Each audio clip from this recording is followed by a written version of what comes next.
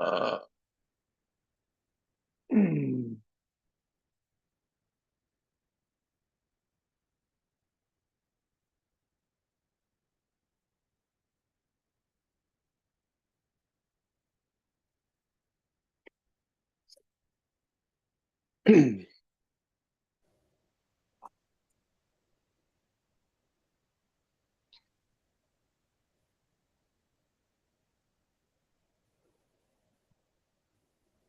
Hi everyone. Hiya. Hello. Hello. We have three speakers. We have three microphones. We have three cameras. We're good. Ideal. We're where we need to be. That's a good start. How is everyone feeling? Comfortable with the agenda I sent round? Any questions? No, I think we're all good. I think we're all good. Okay, brilliant. Okay, so just a couple of like logistical things. Obviously, I'm going to stick pretty much to that. I mean, I'm going to stick to the agenda, but if anyone wants to chip in, you kind of have an idea and you want to add, just either physically raise your hand or raise your hand using that smiley button at the bottom, and I'll kind of see that you want to join in and I'll bring you in. But other than that, we're fairly tight on time for this one, so I think we've probably got enough ground to cover, just going through those points and people leading on those points. So that's just an option if you feel the urge to say more. And the other thing is that when we get to the end, I'll sort of start to wrap up, and I'll pin myself my own video once I've thanked everyone. You can wave goodbye or whatever. I'll pin my own video so that it's just me that the people can see, and then you can just drop off the call. Okay. So let me just check all my settings. Sorry, Ant, would you say that just one more time? Yeah, so at the end of the conversation, I'm going to have to kind of waffle for a couple of minutes just to sort of end the event. So you guys don't have to hang around on the call. So what we'll do is I'll thank you all for joining the panel. You can say thanks, bye, and then I will put myself so it's just me that the audience can see, and you can just leave the call at that point. Once you've been thanked and said goodbye, you can just leave the call. Okay. Because I'll have to, at the end of the event, I'll have to kind of end the call anyway, so I don't want it to feel rude for you guys that I've just used you and abused you and then kicked you off. So no, that's it. I'll be brokenhearted. Will they be visual or are they just dialing in? Is it audio only for the attendees? So it's a video thing, yeah. Okay, so we'll see lots of. They can see what we can see. Yeah, it'll be it'll be our gallery throughout, unfortunately. So okay, even when you're not speaking, no picking your nose and etc. etc. Okay. So we've got about 14 minutes until it goes live. You don't fancy staring into my eyes for 14 minutes then, just awkwardly? No? Just 14 minutes of silent nerves. Now, well, I was going to say, I've got a few sort of notes I need to jot down so that I'm not completely flapping in the wind. But if anyone wants to just go off camera, do some emails, whatever you need to do, and just sort of reconvene, maybe in 10 minutes. I mean, we're going live at 2:45. Okay. So if we're all back at kind of 2:40, 2:42, then we're not sort of worrying. But don't come off the call. Just put yourself on mute and camera off, unless anyone's got any questions at this point. Or just a quick triple check. It's this call that we're already on that we need to stay on, which is where it's happening. Yes, you have made it backstage. I've just got a really random question. Where are you, Max, in the world? I know you're in a hotel room, but I'm in Jersey. Oh, very nice. So yeah, I think because Jersey got pretty battered in Storm Ciarán. So where they had the hurricane that came across the east of the island. So helping policyholders over here for a week. So it's not too bad. Nice to be somewhere different. Yeah, definitely. Not anywhere that overly glamorous though. I thought you were going to say like Dubai or something like that. No, I wish, but No. no. Okay, cool. Well, I'll Right. see you in a minute. I'll just check everyone's job titles actually, just while I've got you. So Sarah, Head of Underwriting, Agriculture at Victor. Yep. Max, Agricultural Consultant, Crawford. Worth mentioning your former farmer as well. Yeah, I think definitely always helps. Yeah. And Louise Resler, Director of Commercial Partnerships, Soil Association Exchange. Yes, that's right. Yeah. All right. Brilliant. Well, I will see you all in about 9 minutes. Okay. Cheers.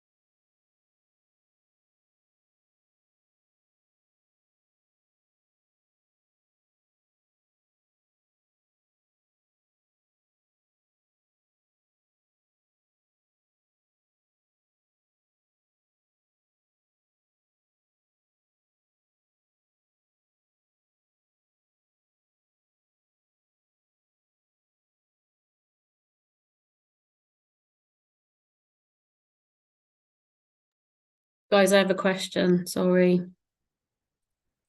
I'll just speak and then someone can answer. Oh yeah. My Outlook keeps pinging. If I close it, will it not ping? That's a silly. Yeah, if you just shut, I would just recommend shutting down that. Yeah. Yeah, just shut Outlook down completely and then get rid of that problem. Ding. All right. Thanks very much. Back on mute. Cheers.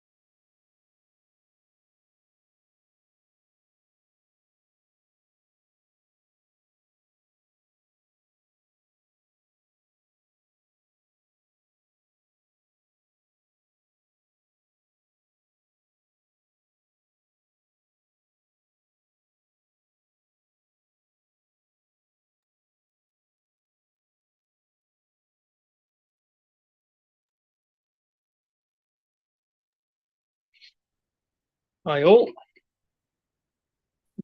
Phil here.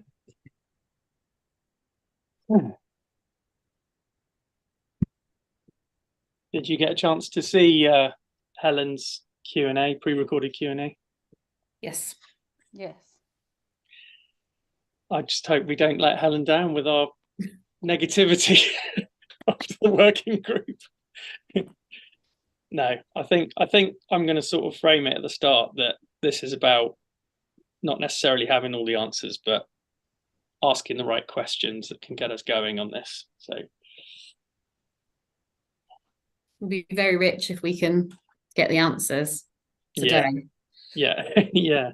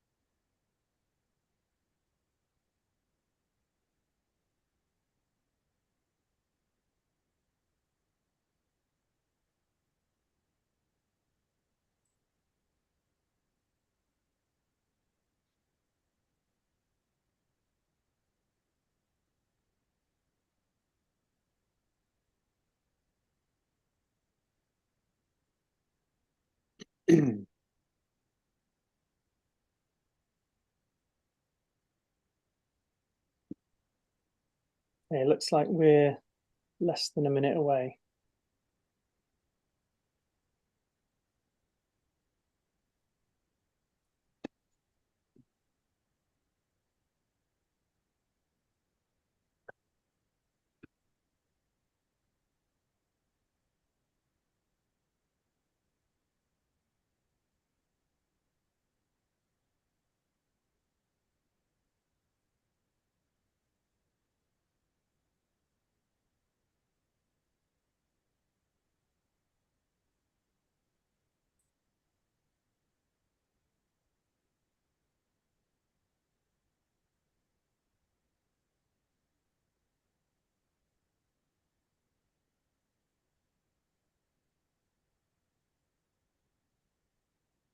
Okay, well, I think we're about to get started.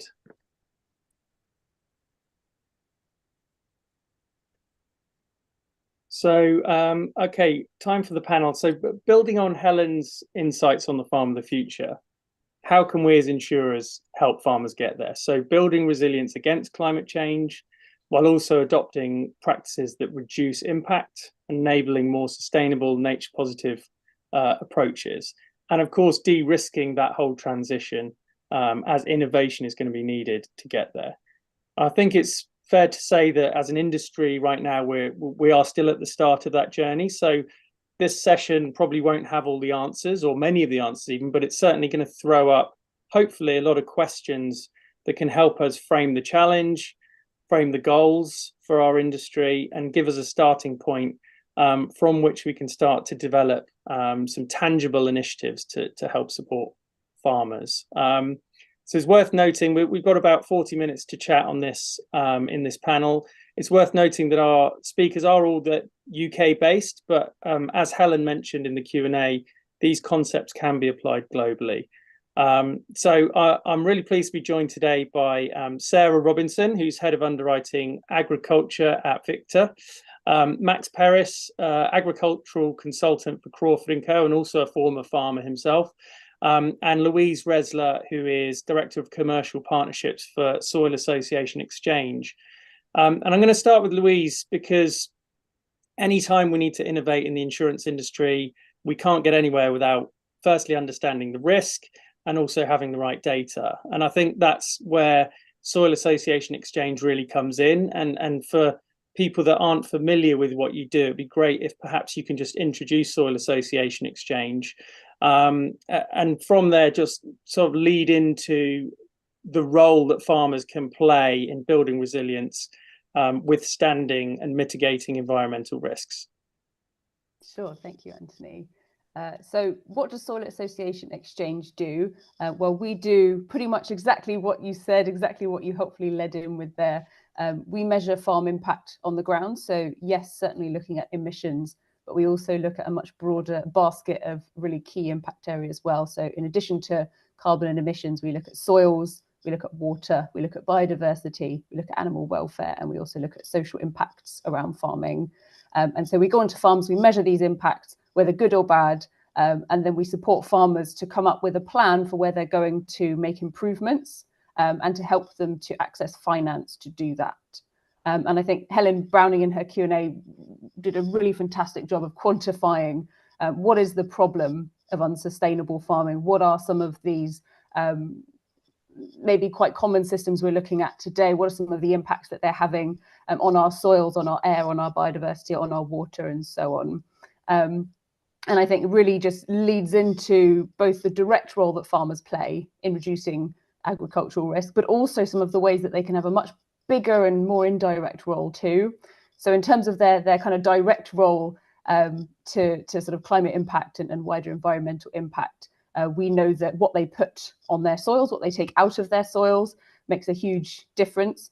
So there are lots of actions like being more careful with inputs, so nitrogen inputs, fertilizers, pesticides, and so on. Can you be kind of really specific about where you're putting those and limit the amount? And that can have big impacts on biodiversity, on soils, and so on. There are also impacts sort of far beyond the farm boundaries that farmers can play a big part in as well. So if you've got a farm that's located in a water system and downriver, you've got some kind of big insurance asset, you may be very interested in whether or not that farmer is taking action to reduce flood risk to protect that asset, even if that asset has nothing to do with the farmer, because nature doesn't play by those rules. There's a sort of big link there. So I think those are kind of two big ways that we look to farms to mitigate and also deal with a lot of the emissions and wider environmental impacts that we're seeing. You're on mute, Anthony. Thanks, Sarah. Obviously, the aim of this conversation today is to try and find some ways that the insurance industry can proactively support this transition. So perhaps, Louise, you can kind of tell us where you think we can step in what some of the actions insurers can take to support farmers, and then we can take that discussion from there and see what's feasible, where we can begin. Sure. So a big piece of that depends on what are the actions that we want farmers to take. And we know that there's a huge variety of actions they might take for people and planet. So as I mentioned, that might be things like nitrogen precision. It might be things like planting more trees to support soils and water management. It might be around planting wildflowers. It might be around other biodiversity protection, like limiting pesticides. It might be planting cover crops, herbal leys to protect the soil, and so on. So what can the insurance industry do to really incentivize these practices that we want to see? And I think there's a lot. So there's a lot in terms of kind of new or increased products and services. So things like business interruption cover for farms that are being seen to really be trying their best to limit some of these risks, not just as on their own farm, but as I said, potentially for kind of downstream or sort of wider catchment businesses as well. I think it's not just about kind of new offerings, though. It can sometimes be about more attractive terms, so lower deductibles, cheaper rates, payment holidays. I think there's a lot to play with here, to really be kind of giving back and rewarding those farmers that are doing more and giving them tangible financial reasons to do more, and to benefit from that recognition. And then I think there's some other things as well outside of the direct product offer. So I think that, insurers and all the different touch points that farmers have with the insurance industry provide opportunities to learn and to learn from each other. So farmers may not know what are the kind of activities that the insurance industry is really keen to incentivize, the kind of products that can reward them for doing well, either that they're already doing well or what they might be able to access if they were to do better. So I think there's a big piece there around just more communication, more kind of co-learning and education, both to farmers and also from farmers. So really learning what are some of the challenges and things like that. And then finally, I think there's also a role for the insurance industry to play in sort of advancing and developing regulation in this space so that it becomes more of a level playing field and where there's kind of more clear-cut support being channeled towards farmers that are doing the right thing or want to do the right thing. Yeah, brilliant. Yeah, fully on board with all of that. And I'm sure lots of people would agree that those are great ideas. There must be a lot of goodwill in the market, I'm sure, to support the transition. And I think the pricing incentive is a really obvious way that insurers can make a difference. But there are, of course, business realities in the way. It's not as simple as just switching on a pricing incentive. We have to really think about how that works. So I'll bring Sarah in at this point with the sort of underwriting perspective. What are your thoughts on sort of the key considerations that underwriters need to take to start thinking about incentives, and where are we as an industry on that at the moment in the agriculture class? Thank you, Anthony. I think, as you touched on at the beginning, it's really about the financials, and there's not a huge amount of activity at the moment in the sector. We're facing a lot of headwinds: inflation, indexation, pressures on all economies at the moment means that rate. And at the end of the day, as you said, insurance is about making money for the capacity providers. There is those margins are getting squeezed. So I think one of our first challenges is to really understand what good looks like. So, at the moment we talk about all these new incentives that are coming in, but really understanding then the insurance, what that means in terms of insurance, how that potentially would mitigate a loss, how that would improve claims frequency. And until we get that data, I think it's really hard for us to pick that golden number, as she said. What is the golden number? And if it is financial, so should that be a discount? Again, it's all about being able to evidence that. I think we should think wider, though, and as Louise touched on, I think looking at excess waivers, again, I think that's something that's interesting and something that we can do. And also the other services that we might be able to add as a wraparound. So, lots of ancillary services, whether we would give some additional funding for claims prep costs and put them in contact with an ESG specialist or someone that would help them build back greener. So I don't think we should look purely at just the numbers. I think we should start to consider the cover that we provide, the wraparound services, but a long way to go. And unfortunately, I don't think anything's going to happen really quickly. But I think it's really important for us as insurers, as Louise mentioned, in terms of that cohesive learning. So making sure that we're all having a seat at the table to put these ideas forward. and maybe pick 2 or 3 incentives rather than try and do everything at once. Yeah, I think that's a great point. Whenever you talk about sustainability, it can feel overwhelming. Where on earth do you start? There's so many moving parts. There's so many ways you can approach it. So I think it's about starting somewhere, isn't it? Even if it's a couple of small initiatives, very targeted initiatives, but let's start somewhere. So I think that's a really good point. And obviously the resilience angle, making farms more resilient to climate change, is a clear business case for that. There's a virtuous cycle there. It makes more sustainable businesses over the long term. So it kind of seems intuitive that insurers should get on board with that as a concept. I guess the other issue to look at, even though we won't have the answers, certainly at this point, the industry is quite some way from this. But if farms are going to transition to sustainable approaches, in bringing in new innovations, new methods, etc., and obviously facing potentially several years of transition risk to get there, that is another area of consideration for underwriters. I know, having had conversations sort of in and around the agriculture industry, farms need to feel like they have that financial support to sort of see them through that transition. But again, Sarah, can you kind of touch on what some of the considerations or challenges might be at this stage for underwriters in terms of looking at emerging risks, emerging technologies, etc.? Yeah, absolutely. I think the key there is the emerging, this is new, uncharted territory for us.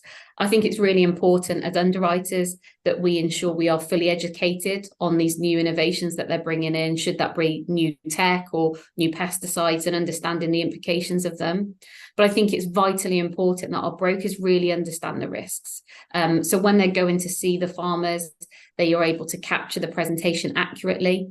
They're able to point out risk factors, and then in turn sort of, present the risk to us as insurers and underwriters accurately and correctly. And I think that's our biggest risk at the moment, is by us not understanding what we're looking at because it's new. There's no precedent set.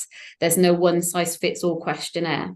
So it's really important, I think, for everybody in the supply chain to make sure we really understand the risks that we're insuring, be that from a data capture through to an underwriter, through to a claims adjuster. I think it's really important that we're all aware of what's happening. And just to give the right advice and support to the policyholders, which again will encourage them to continue evolving when the new tech comes in. Yeah, again, I think it comes back to that word collaboration, isn't it? As is often the way with any sustainability initiative, we're going to have to all kind of work together on it. And I'll bring Max in now, because claims kind of feels like one of the first areas where we can really make an impact, because you're dealing with real world situations and you can start to build back better and actually implement things today. So perhaps you could just sort of talk us through where you see the industry at the moment in terms of bringing these principles into the claims process. And maybe what good looks like and some things we should be thinking about going forward. Yeah, absolutely. I mean, I think claims is almost it's a perfect place to start, because although it's obviously when everything has gone wrong, that's when we get involved. That's when policyholders really see the benefit of what they've paid for, and it's helping them within the terms of the policy, obviously get back to pre-loss condition. But also we can use it as an opportunity and a learning point to have conversations with brokers and underwriters, so that moving forward we can improve and add in different provisions into policies, so that we can do it in build back better, as you say. I think there are various different provisions in some of the policies, certainly in the UK, with different sort of flood resilience schemes, for example, where there can be a monetary budget to help build back better in terms of non-return valves or air brick covers to help prevent flooding in future. But I think there's still a long way to go on the agricultural side, and there's a lot more we can do there. And I think sort of collaboration and everybody sort of having stakeholders from all sort of facets of the value chain together, and certainly today with the Soil Association Exchange as well, conversations like this will definitely help that. And I guess there's only so much you can do as an adjuster. I mean, you need support from the underwriters to get these things through, right? So any messages to the underwriting community? I think a lot of it there is keeping the conversation going, keeping the conversation open. I think that certainly myself and Sarah will speak regularly, and it's good to know that we see it day in, day out on the ground, as I say, when it's gone wrong. And I think having that open conversation and the ability to talk and bounce different ideas off each other certainly helps to try and do that. And I think also, although it's quite the opposite for insurance, but I think taking a risk occasionally, that if we are able to sort of build in a provision to help reward or make anything easier for farmers is probably quite good. If we look at the risks that farmers are taking every day, I think putting a crop in the ground, they've got that risk right until they get it out the ground at harvest again. And insurance isn't always there for every peril, for things that could go wrong throughout that growing cycle. Yes, we love risk, and we're also slightly scared of risk, aren't we? But if we do have to take some, definitely, and definitely connect to that kind of pioneering spirit, I think, at the moment with a sustainability across any class of business. But Louise, I mean, it's important to remember, isn't it, that there is no such thing as kind of two farms that are the same. So I guess that's a key factor when as an insurance industry, when we're trying to think about incentives. There isn't a one size fits all. Do you have any kind of thoughts on that? Sure. So yes, totally agreeing with Max that, you know, we expect farmers to really deliver an uninterrupted supply of goods and other kind of products in what's increasingly a very disrupted world, and supporting them to be as little disrupted as possible really looks different for different farms. And what we should expect of them should also look different. So we know that farms that are very small are going to have different abilities and different opportunities than farms that are sort of enormous.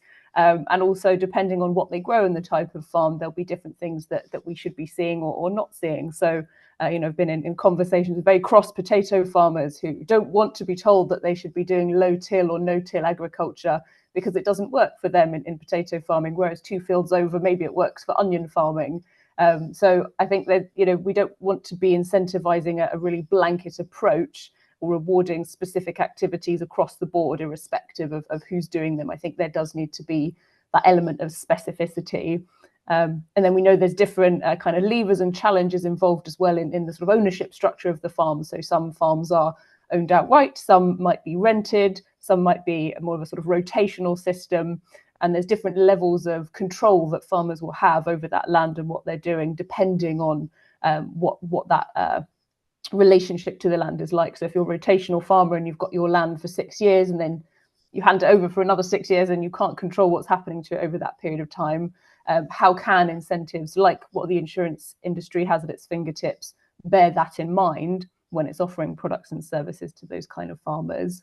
So I think that's kind of the first watch out there. And then I suppose there's just the kind of watch out to be thinking about unintended consequences as well. So what we wouldn't want is for either all the potato farmers to go, well, we're going to do no-till because we're going to get much better premiums, or we're going to get other kinds of incentives from that, and it's going to have to damage our yield and we're going to have to live with that, or to move to a different kind of crop altogether that does benefit from no-till, and we find out we've got no more potatoes. So I think just a couple of watch outs there in terms of thinking about the behaviours that our incentives are really driving.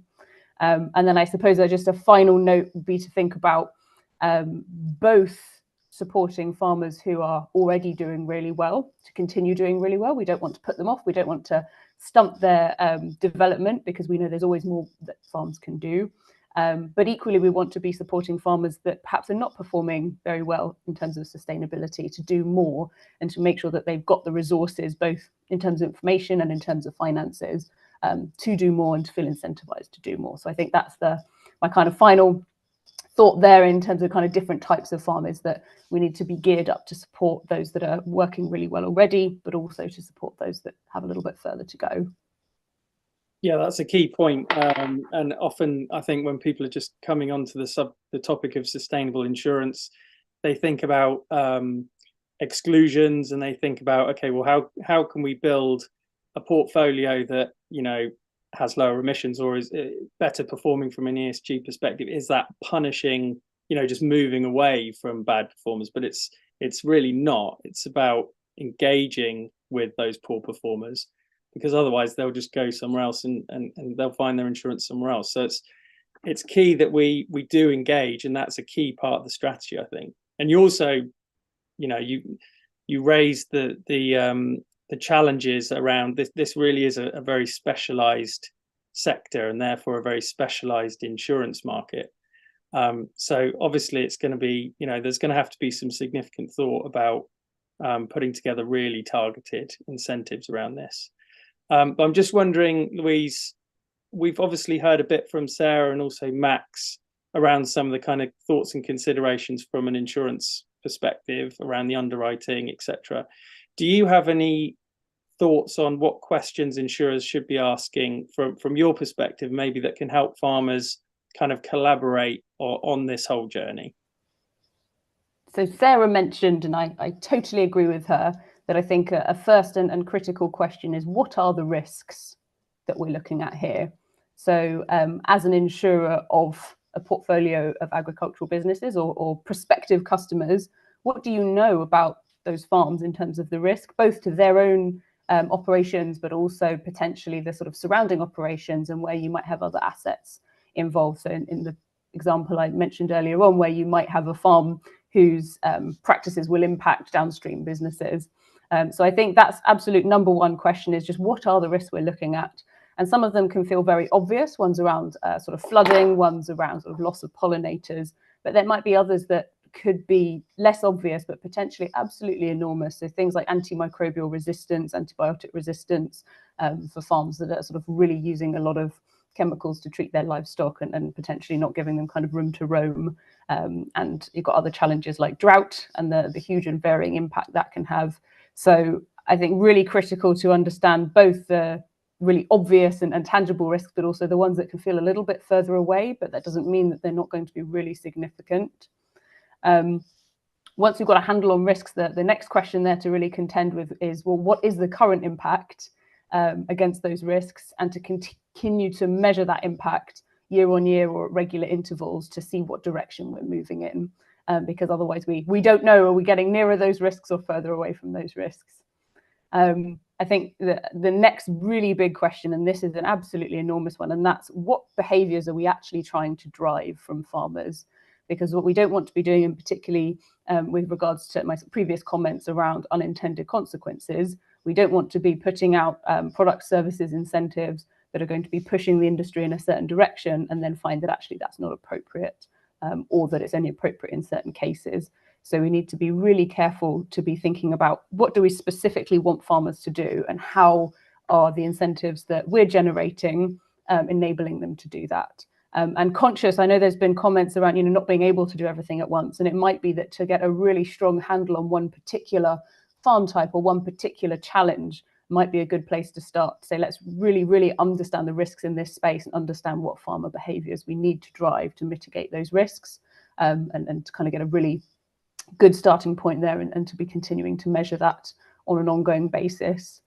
And then finally, once we've answered these questions, then we can start to think about what are the types of incentives that are going to drive those chosen behaviours that we know are going to help mitigate against these major risks that we've identified. Thank you. That's brilliant. I did promise at the start we were going to raise lots of questions, and we certainly have done that. But that's really insightful. I mean, that just gives us a lot to work with in terms of how we can go away and start thinking about this. Just Max and Sarah, do you have any thoughts at this stage on what you've heard? Max, perhaps you've got something to add. Yeah, I think Louise raised a very good point there on sort of adaptation and having to adapt what we're doing and what we're thinking about with every different farm, because as she said, sort of no farm is the same. But then when we look at insurance policies, most providers have sort of one, maybe two wordings, and it's the blanket wording to fit behind a schedule. And I think we're moving more, as farms are changing, we're moving towards sort of semi-automation or full robotization of farms, whether we might have to start moving towards a more sort of completely bespoke, almost wording for farms. And even if that's types of farms to start with, or what that would look like, I'm not sure, but it's definitely a conversation that we need to start to have as farms are diversifying businesses as well. And Louise, not to put you on the spot here, but I mean, if we were as an industry looking at a targeted approach, say we're going to target one type of farm, where should we start? Is there a type of farm that's most problematic at the moment that you think we need to be incentivizing more than others? Oh dear, I'm going to get in trouble here. I suppose I'll go with gut feel here. So this is, I'm not an agronomist, and I'm probably not the best person to answer this question, but anecdotally, I would say that in the dairy industry, we know that there are quite a complex web of different challenges. So we know that obviously animal welfare is involved because it's an industry that depends on animals. We know that there are kind of big trade-offs between things like animal welfare and emissions and space for nature and biodiversity.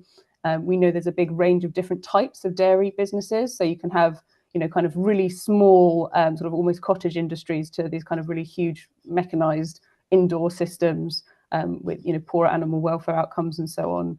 And then also, you know, around that, you know, there's big opportunities for dairy to have good biodiversity impacts because it involves a lot of pasture. There's lots of space to do things like herbal lays, agroforestry, you know, different kinds of native wildflowers and so on. But we also know that lots of dairy farmers are kind of struggling to demonstrate a good environmental impact. So it's not a recommendation out of enormous knowledge, but anecdotally, that's probably where I would land. It's also an area of farming that suffers a lot I mean, there's a lot of volatility, especially with rising input costs now and relatively poor milk prices. The dairy industry can suffer quite a lot financially, which then they might not have the scope or the ability to make any environmental changes because the finances just aren't there. And where do you think we need to start then as an industry? What's holding us back, Max, from getting going on this today? What do you think our first step should be? I think a lot of it is it's education and it's discussion. It's looking at those learning points that we see from claims that we've dealt with, trying to, as we say, adapt and try and stay ahead of the curve. I think a lot of it, sort of a cheesy phrase, but as I always like to see, sort of like be the change that you want to see. I think if we can't expect other people to do something if we're not willing to do it ourselves. So I think trying to stay ahead, but doing it as a collective, as an industry, is what's needed for the outcome for everybody. There's no point one person trying to run ahead of everybody else and it can all go wrong. I think we can all learn from each other and all go on the journey together to make sure we're there for the industry. Brilliant. Sarah, do you have any thoughts on that? Yeah, I just echo Max's comments. You know, change is up to us all. I think it's really important. I think, and just to hammer home the point around knowledge and understanding is so important. The farms that we have probably insured for the last 20 to 20 years are changing, they're transitioning. It's really important that all of the stakeholders make sure that we're aware of what that looks like and what the future looks like, and almost sort of, you know, let's think 3 or 4 steps ahead. Let's look at what farming is going to look like in 5, 10, 15 years and challenge ourselves to, you know, try create these wordings and provide these covers and supports that are going to help. But I don't want anyone to get caught short. So I think as we transition over the next few years, please make sure as a broker that you really understand what's happening and what's changing on the farm. Please make sure that you are passing that information to the insurer.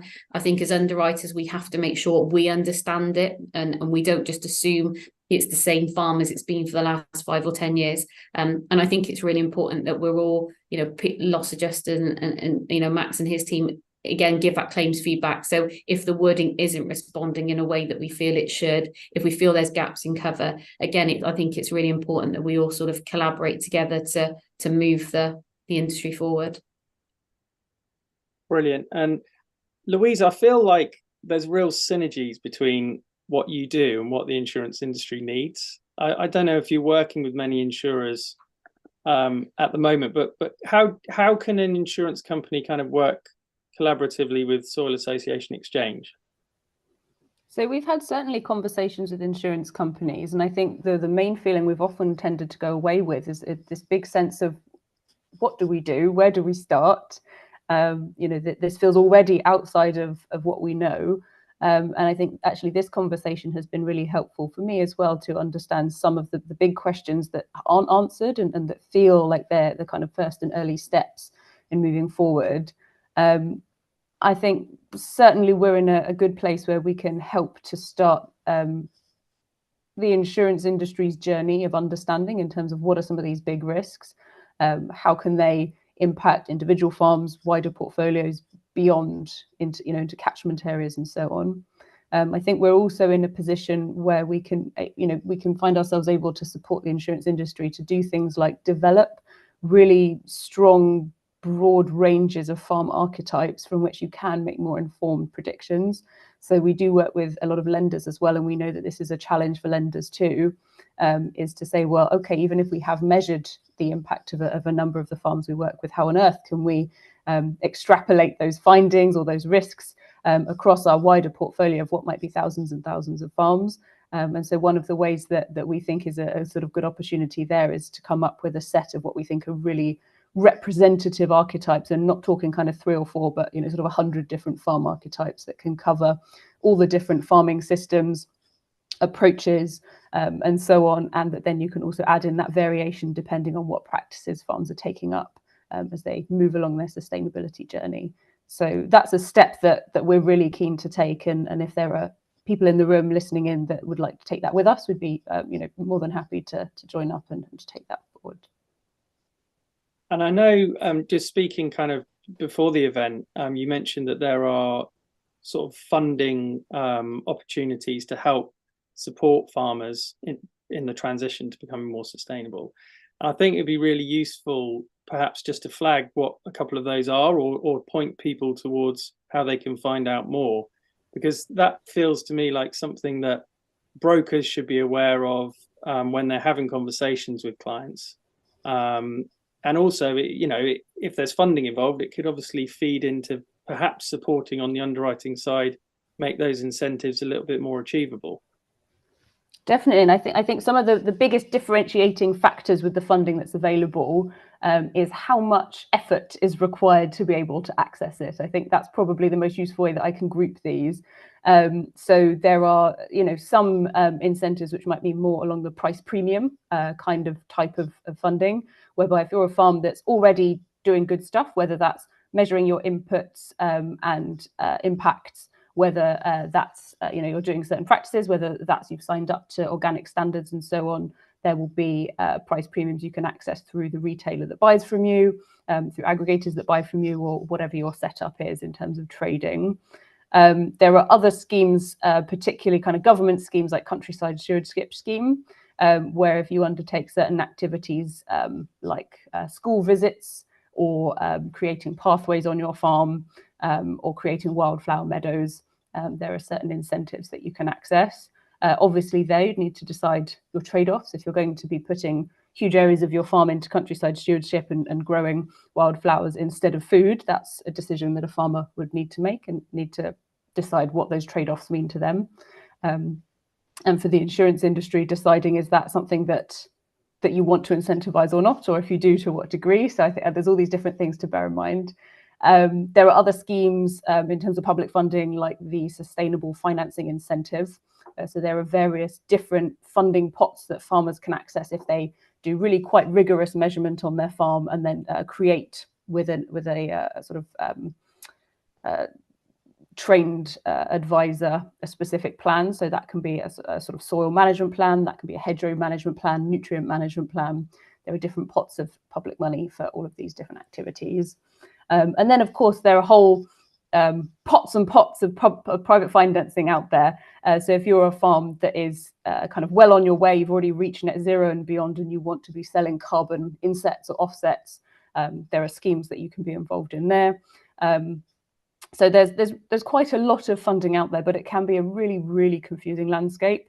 And also we know that there are some agreements that are not necessarily very attractive for farmers. So quite recently, the government has made available money through commitments like biodiversity net gain. But often, they can be decades long, and a farmer might not want to tie themselves or most likely their children or even grandchildren into those kind of schemes, particularly if it means that they've committed to land use change for all of that time, and they don't know, exactly as you've said, Sarah, what the farm's going to look like in 15 years' time. So it's a hard thing to make those kind of decisions. So at Exchange, there are two things that we've been working on to try and support farmers in this space. One is developing a funding tool whereby farmers that we work with can see all of the different financing opportunities in terms of kind of premiums and public finance available to them. And they can make decisions based on their location, how much money they want to make, how much effort they're willing to put in, whether they can stack the payments for the same activities, or if they do a certain activity, they can only access kind of one payment for it. So that's something that we're developing right now. And then we've also just started development on essentially a sort of insetting fund, whereby we can support farms to baseline their impact, make improvements, and commit to doing certain activities. And we'll model what are the actual real world outcomes of those activities. So if you do no-till agriculture on 100 hectares of land, what does that actually mean in terms of emissions and soil bulk density and so on? And then at the other end of the spectrum, those who want to fund farm improvements, so that might be businesses in the same supply chain as those farmers, they can put money into that fund and make claims based on the outcomes that we know those activities are delivering, with the confidence that we're going to verify those activities are taking place. So we've identified this as a bit of a gap in the market, whereby both farmers and those putting funding into farmers can feel confident that change is actually happening. We know that's a little bit of a challenge with a lot of schemes, particularly ones that are kind of happening internationally, where you've got no means of seeing what's the actual impact on the ground or knowing what's going to happen. You know, after 2 years of forestry development, is it still going to be there or not? So these are a couple of the ways that we're trying to add value in this very complex system. But yeah, certainly we know that there are lots of opportunities in that funding space. It does sound like there are possibly more tools out there to kind of take some of the uncertainty around this than perhaps brokers and underwriters realize. And so I think if the industry can tap into that and harness that, you know, it might take a bit of the mystery and a bit of the risk away potentially. And also it just makes it feel more feasible as well, for the farmer as well as the insurer. So we've got time for a couple of questions. We've had a couple come in. We haven't even touched on the role of parametrics, because we've been talking really about, we're sort of at base camp here of how we bring these concepts into traditional insurance. But someone has asked what role parametrics play and whether that's a disruptor to traditional insurance. And we had a similar question in the first panel, actually. Might be the same person. Max, Sarah, do either of you kind of have a view on the role of parametrics for agriculture? I mean, off the top of my head, it feels like that's a really obvious solution for your kind of developing world small holdings, and closing that protection gap. What about in the UK, Europe, etc.? Any initial thoughts on that? I mean, parametrics are used, I think, quite widely, well, more on mainland Europe than in the UK. I think, I mean, I have sort of two different hats to wear here. With my loss adjuster's hat on, I'm averse to parametrics because it negates the need for me. But with the farmer's hat on, I think they can be a very good alternative. It's a lot more simple in terms of an event happens, and if the trigger is hit, then the payment is made. So it's much more straightforward. I think there's probably a lot more importance there in the understanding of the risk and the business and what can go wrong from the underwriter's perspective. I don't know if you've got any thoughts there, Sarah? Yeah, I agree. I think it works very well on huge land masses, and I think that's probably where the challenge sits in the UK. For it to be a meaningful and sustainable program, I think that it needs to have global exposure. Because I just think, you know, the UK is just too small. It's also interesting to understand where there is a desire. So again, as brokers, if you're being asked for it, you think there's a need in the market, talk to your points of contact at your insurers, because if we know that you want these things, we can work with you to produce them. So at the moment, I think it's quite a costly cover. I don't think it's necessarily something that everybody can afford, and that's probably around the sort of sustainability and profitability aspect. But that nothing's off the table. I think we should all be brave enough to push the envelope. But as Max said, it's an interesting one, because we don't want to do Max out of a job. Yeah. Fall on your sword for the greater good, Max. Yes. No, I think there's a future for insurance and parametrics working hand in hand, surely. Okay, so another question. Louise, you obviously did such a great job when I put you on the spot earlier about which types of farm we should focus on. Someone's asked if we do have to focus on just a few small initiatives, what are the actions that farmers can take that will have the biggest impact, either on reducing impact or mitigating climate change? Are you able to answer that at all, in terms of, if we're going to start somewhere, is it planting trees? Is it, you know, what are some of the actions that have the biggest impact from what you've seen? So we are modelling this right now. And if I was a different member of my team that was in the middle of that, I might have a good answer for you. But I'm afraid it's sitting in a beta version of a back end of a website somewhere, not quite at my fingertips. But I think just to give you some useful insight, it's worth noting that it's not just about what you do, but also how. So we know that there are lots of kind of reforestation programs, afforestation programs that, you know, sort of hurl lots and lots of trees into a given area. But it's important to note, you know, are they the right type of tree? Are they supportive of the local biodiversity, wildlife, and also what happens to those trees at the end of their life? Will they become, you know, kind of stored carbon in timber? Will they be burnt as firewood? Will they stay standing? So I think useful to also be thinking about the detail behind some of these activities as well. And like I mentioned with the countryside stewardship scheme, and when you're thinking about, do we put you know, whole farms in some cases, or part of farms into those kind of schemes and just grow things like wildflowers instead of food, where are those trade-offs and how do we make those decisions? So I think part of the challenge is that a lot of these questions happen on an individual farm basis, but also really applicable at landscape basis or even national basis for thinking about some of these really big impacts. So I'd say, again, probably start from what are the kind of big risks that you're looking at, and then what are the outcomes that you want to have, and then go from there. If the outcome you want to have is, you know, huge wildlife and bee populations and pollinators, and that's a really critical in a certain area, something like countryside stewardship might be a really critical focus. If you're looking at risks around, you know, food security, perhaps not. So I'd start from that perspective. Brilliant. Thanks, Louise. Well, we've only got a couple of minutes left, so I'll just perhaps ask Max and Sarah to just see if they've got any more final message for the market on this. Max, any final comment? I think the main thing there is, as you said, sort of keeping the discussion open. I think always constantly looking at and being aware of what people have to offer, because one of the things I thought of there is that within Crawford we look for sort of the green salvage options and the more environmentally friendly options where possible.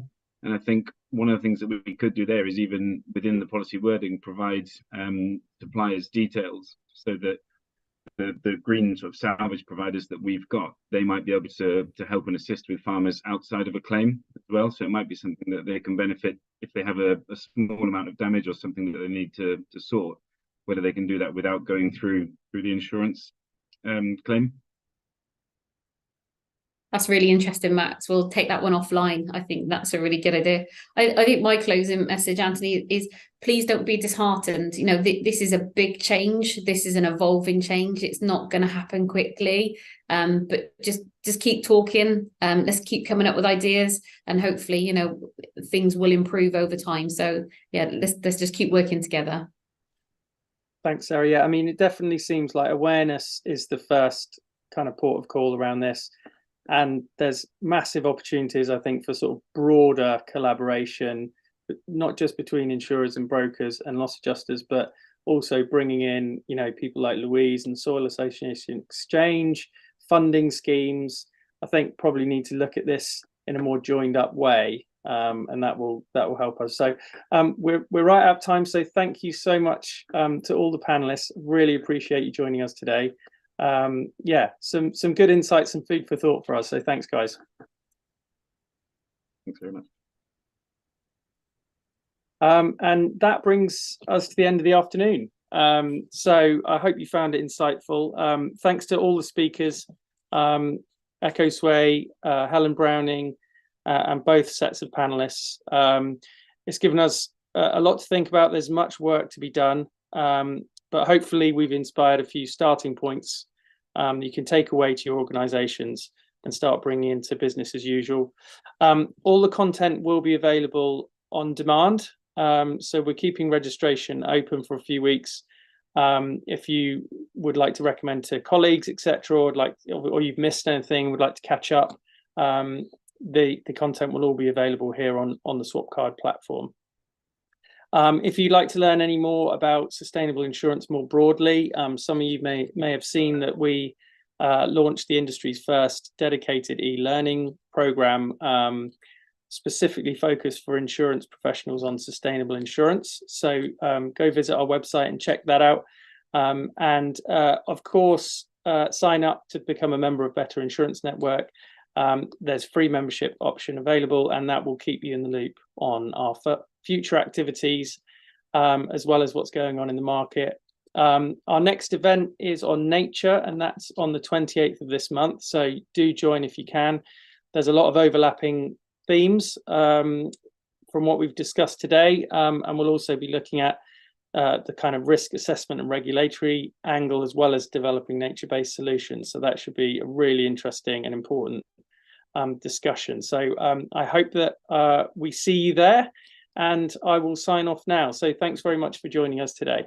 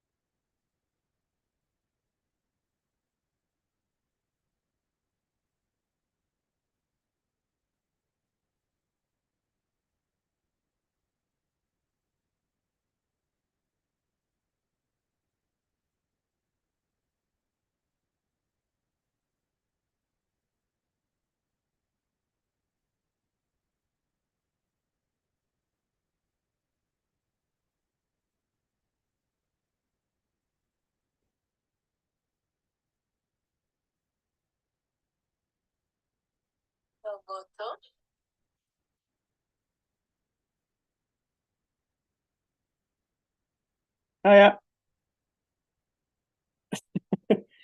It's do you know what? I was actually, for the whole of that panel, because Max and Sarah kind of